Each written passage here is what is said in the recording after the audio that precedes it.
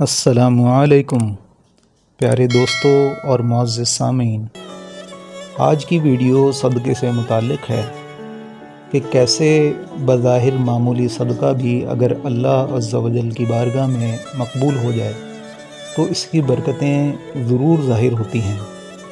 تو آئیے سنتے ہیں۔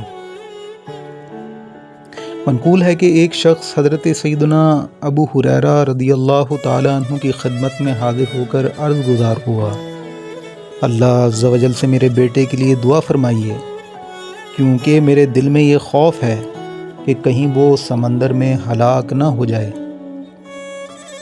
حضرت سیدنا ابو ہریرہ رضی اللہ تعالیٰ عنہ نے فرمایا، کیا میں تمہیں ایسی چیز نہ بتاؤں جو میری دعا سے بھی زیادہ نفع بخش اور جلد قبول ہونے والی ہے؟ اس نے عرض کی، ضرور بتائیے۔ فرمایا، اپنے بیٹے کی طرف سے صدقہ کرو اور اس صدقے میں اس کی نجات اور اس کے ساز و سامان کی حفاظت کی نیت کرو۔ اس شخص نے وہاں سے واپس آتے ہوئے سائل کو 1 درہم صدقہ دیا اور کہا، یہ میرے بیٹے اور اس کے ساز و سامان کی حفاظت کے لیے ہے۔ اسی وقت ایک منادی نے سمندر میں یہ ندا کی، یہ فدیہ مقبول ہے اور زید کی مدد کی جائے گی۔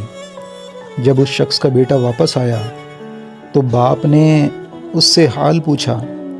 بیٹے نے اس دن کی نشاندہی کی جس دن باپ نے اس کی طرف سے صدقہ دیا تھا اور کہا، ابا جان، میں نے فلاں دن سمندر میں ایک عجیب و غریب معاملہ دیکھا۔